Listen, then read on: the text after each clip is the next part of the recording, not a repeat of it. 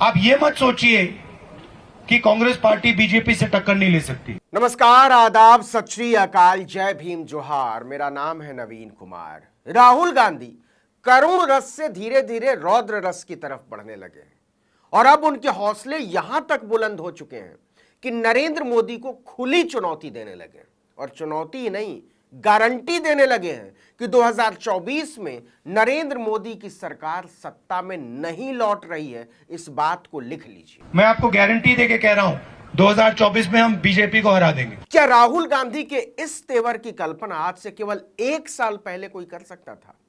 लेकिन आज वही राहुल गांधी नरेंद्र मोदी के लिए सबसे बड़ी फांस बन चुके हैं। उनका आत्मविश्वास इस कदर बढ़ चुका है कि वो सीधे सीधे मोदी को हराने की गारंटी की बात कर रहे हैं। मैं आपको गारंटी देके कह रहा हूं 2024 में हम बीजेपी को हरा देंगे। आपको पता ही है कि राहुल गांधी लद्दाख के दौरे पर हैं और इस दौरान वो प्योंगयांग झील भी गए थे। अपने पिता राजीव गांधी का जन्मदिन भी उन्होंने लद्दाख में ही मनाया था।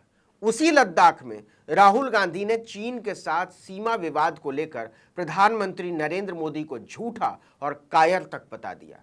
उन्होंने कहा कि इस देश में भाजपा और मोदी के अलावा सबको पता है कि चीन ने ताकत के दम पर हमारी हजारों वर्ग किलोमीटर जमीन पर कब्जा किया हुआ है। जब मैं पैंगोंग लेक में था तो एक बात बिल्कुल साफ है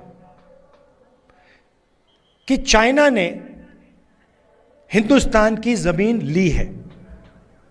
हजारों किलोमीटर जमीन हिंदुस्तान की चाइना ने हमसे छीनी है। दरअसल चीन का हमारी जमीन हड़पना मोदी की वो कमजोर नस है जिसे दबाते ही बीजेपी दर्द से बिलबिला उठती है। इसी का जिक्र करते हुए राहुल गांधी ने मोदी को झूठा और कायर करार दिया। और दुख की बात है कि हिंदुस्तान के प्रधानमंत्री ने ऑपोजिशन की मीटिंग में कहा कि हिंदुस्तान का 1 इंच किसी ने नहीं लिया है। यह सरासर झूठ है। मोदी एंड कंपनी कभी नहीं चाहती कि चीन के साथ सीमा विवाद कभी राजनीतिक मुद्दा बने। इसीलिए उसके नेता राहुल को चीन का एजेंट साबित करने की कोशिश जब तब करते रहते हैं। लेकिन चीन का जमीन हड़पना एक ऐसा मुद्दा है जिस पर मोदी जवाबदेही से भाग नहीं सकते।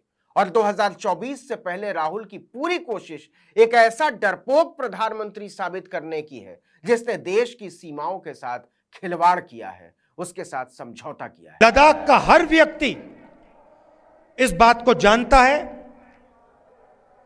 कि लद्दाख की जमीन चाइना ने हिंदुस्तान से ली है और प्रधानमंत्री जी सच नहीं बोल रहे हैं।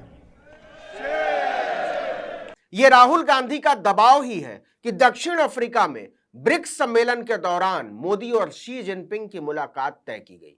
इसे मीडिया में ऐसे प्रचारित किया गया जैसे दोनों के बीच सीमा विवाद को सुलझाने को लेकर चर्चा हुई हो। इसको लेकर भी मोदी सरकार की भारी किरकिरी हो गई है।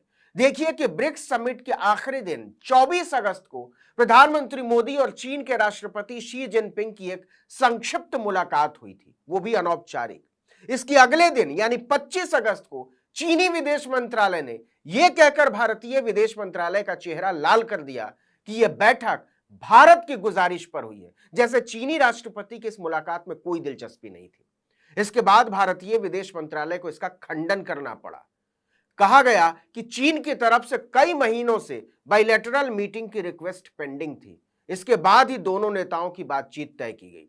गौर कीजिए, इसी मुलाकात के बाद फॉरेन सेक्रेटरी विनय क्वात्रा ने दावा किया था कि मोदी और जिनपिंग इस बात पर सहमत हुए हैं कि लद्दाख में सैन्य तैनाती कम की जाएगी और तनाव कम किया जाएगा। इस बयान पर राहुल गांधी का दबाव साफ नजर आता है। कांग्रेस ने सवाल खड़े करते हुए पूछा कि यह फैसला चीन की शर्तों पर लिया गया है या भारत की शर्तों पर, और भारत की उस पोजीशन का क्या हुआ जिसमें हम अप्रैल 2020 के पहले वाले स्टेटस को बरकरार रखना चाहते थे। इसे बदलने पर हम कोई समझौता करने के लिए तैयार नहीं है।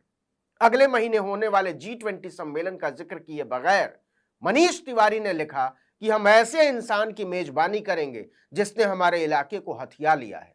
इससे भाजपा की स्थिति बहुत विचित्र और बेचारों जैसी हो गई है।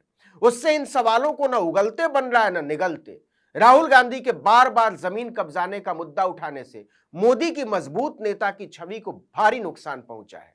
इतना ही नहीं, राहुल गांधी ने लद्दाख के लोगों से कहा कि मोदी ने हजारों वर्ग किलोमीटर जमीन चीन को दे दी और बची हुई अपने दोस्त अडानी को दे देना चाहते हैं ताकि वो आपका हक मार सकें। लेकिन मोदी को गलत फहमी है कि वो इसमें कामयाब हो जाए। मामला जमीन का है और बीजेपी के लोग जो आपकी जमीन है आपसे लेना चाहते हैं। अदानी जी के बड़े बड़े प्रोजेक्ट्स यहां लगाना चाहते हैं और उन प्रोजेक्ट्स का फायदा आपको नहीं दिलवाना चाहते हैं। हम ये कभी होने नहीं देंगे। आपको याद हो तो अविश्वास प्रस्ताव के दौरान भरी संसद में राहुल गांधी ने मोदी को एक कमजोर और कायर नेता की तरह पेश करते हुए कहा था कि आपने पूर्वोत्तर के उस राज्य को मारकर देश को मारा है, आपने मेरी मां को मारा है और इसलिए आप देशद्रोही हैं। उस आवाज क्या आपने मणिपुर में की, इसका मतलब भारत माता क्या आपने मणिपुर में की। भारत माता को आपने मणिपुर के लोगों के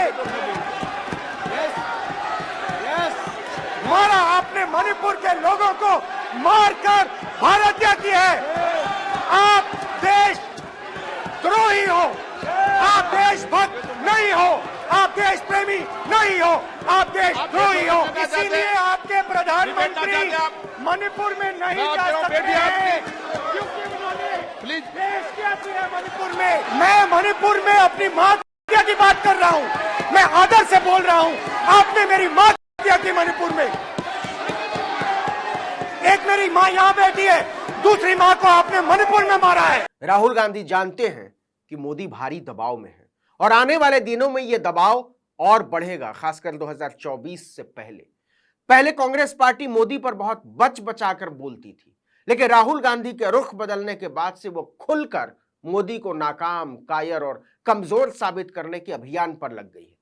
लेकिन राहुल सीधे सीधे इस बात की गारंटी लेने लगे कि हम 2024 में मोदी को उखाड़ फेंकेंगे, इस पर बीजेपी को यकीन तक नहीं हो रहा है। मैं आपको गारंटी देके कह रहा हूं 2024 में हम बीजेपी को हरा देंगे।